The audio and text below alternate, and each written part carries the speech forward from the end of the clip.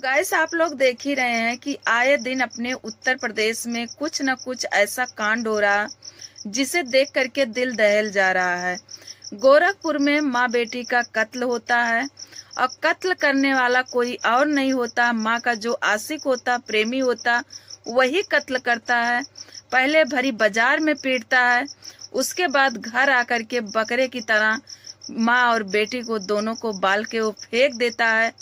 आखिर जिससे वो इतना प्यार करता था उसी को बाल के क्यों फेंक देता है? अपना घर परिवार छोड़कर उस औरत के पास वो रहता था, बिल्कुल अपने औरत वाला अधिकार जमाता था, तो फिर ऐसा क्यों किया? कैसे मार डाला अपनी प्रेमिका को?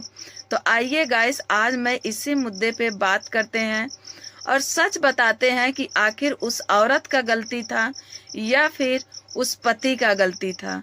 तो सच्चाई जानना है तो वीडियो के अंत तक देखिएगा। तो सबसे पहले मैं आप सबका स्वागत करती हूँ अपने उत्तर प्रदेश निशा सिंह के चैनल पे। तो कैसे हैं गाइस? आप सब अच्छे ही होंगे। गाइस आप लोग देख रहे हैं कि जो पूनम निषाद हैं उनके प्रेमी का नाम था संजय। संजय से वो प्यार करती थी और जो पूनम निषाद हैं उनकी बेटी मीडिया के सामने आकर के बता रही हैं पूनम निषाद का जो पति था उसे खत्म हुए 12 साल बीत गया था। 12 साल खत्म हुए बीत गया था और उसके बाद ये जो संजय था इनके घर में आना जाना स्टार्ट कर दिया और नाजायज संबंध बन गया पूनम निषाद से और संजय से। दोनों आपस में पति पत्नी की तरह रह रहे थे गाइस। तो आज 12 साल बीत गया था और पूनम निषाद के 2 बेटी थी और 1 बेटा था। जो बेटा था वो बंगलौर में रहता था और जो बेटी थी वो अलग रूम में सो रही थी। और जो पूनम निषाद थी वो अपनी छोटी बेटी को लेकर के, जो कि 10 साल की बेटी थी, बरामदे में, घर के अंदर जो बरामदा होता है उसी में सो रही थी और पूनम निषाद की जो बड़ी बेटी थी वो अलग रूम में सो रही थी। अब इनका कहना है, पूनम निषाद की जो बेटी हैं, कि मेरी माँ दूरियां बना रही थी संजय से दूर रहना चाहती थी, इसलिए संजय हमेशा लड़ाई झगड़ा करता था और मेरी माँ से वो कर्ज लिया था। मेरी माँ से कर्ज लिया था।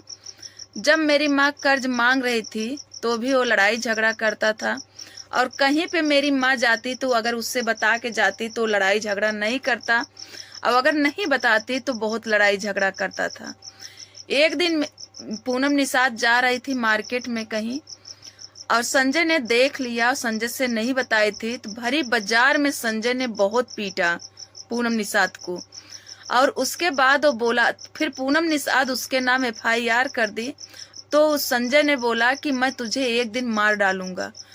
फिर गाइस 1 अप्रैल को 30 अप्रैल को वो था, नवरात्रि था और 29 मार्च को शनिवार था। शनिवार के रात में गया संजय अपने परिवार को लेकर के।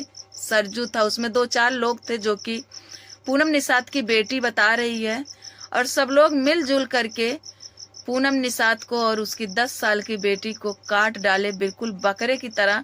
अब गाइस इसमें कितनी सच्चाई है, कितना इसमें झूठ है, ये तो हम नहीं जानते हैं, लेकिन जहां तक उस बेटी के बात से पता चलता है कि इसमें कहीं न कहीं पूनम निषाद का भी गलती था, बहुत ज्यादा गलती था। पूनम निषाद के फैमिली वालों का कहना है कि अपने बच्चों का पालन पोषण करने के लिए, पेट भरने के लिए संजय से नाजायज संबंध बनाई थी। जब बच्चे बड़े हो गए तो मना करने लगी संजय से और दूरियां बनाने लगी। तो गाइस आप लोग बताइए, बिल्कुल पति की तरह रहता था संजय, बिल्कुल पति की तरह रहता था। तो जब वो साथ रहता था, सब पे अधिकार जताता था, चाहे वो पूनम की बेटी हो या फिर पूनम का बेटा हो, तो हटाने से पूनम के हटता? कभी हटता हो? 12 साल का जो प्यार था कैसे खत्म हो जाता इतनी जल्दी? लेकिन पूनम खत्म करना चाहती थी, बिल्कुल खत्म करना चाहती थी, साथ नहीं रहना चाहती थी। यहाँ तक कि थाना पुलिस कर दी थी संजय के नाम से। तो कहीं ना कहीं गाइस पूनम का ही गलती था। बेटी का कहना है कि मेरी माँ ने भिक्खो बेचकर, यानी कि जेवर भिक्खो बेचकर पैसा दी थी संजय को कि ईट का और मोरंग बालू का पैसा आया था, घर बनवाए थे संजय, तो जो पैसा बाकी था तो संजय बोला कि अपना भिक्खो बेच करके पैसा दे दो, उसके बाद मैं भिक्खो कभी फिर बनवा दूंगा। अब बताइएगा, इस बेटी के बात में ही पकड़ में आता है कि बिल्कुल पति की तरह था। घर भी जो बना था वो संजय ही बनवाए थे, संजय ही घर बनवाए थे। जो पैसा कम पड़ रहा था वही पैसा वो मांगे कि पैसा दे दो, मुझे देना है। और जब उसके पास पैसा नहीं था तो इनका जेवर वो बिचवा दिए और बोल रही है पूनम की बेटी कि मेरी माँ आंख मूंद के भरोसा करती थी। तो इनकी माँ जो आंख मूंद के भरोसा करती थी तो संजय भी तो अपना जितना कमाई था इन्हीं के परिवार में लाके लुटाता था। इनका बच्चा आज कमाने लायक हुआ है, पहले से तो कमाने लायक था नहीं, आज कमाने लायक हुआ है। गलत कदम तो यही उठाई ना, जब इनका पति खत्म हो गया तो अपने बच्चे का पालन पोषण करने के लिए इनको और कोई रास्ता नहीं था और कोई रास्ता नहीं चुन पाई, बस यही गलत ही रास्ता इनको चुनने को मिला।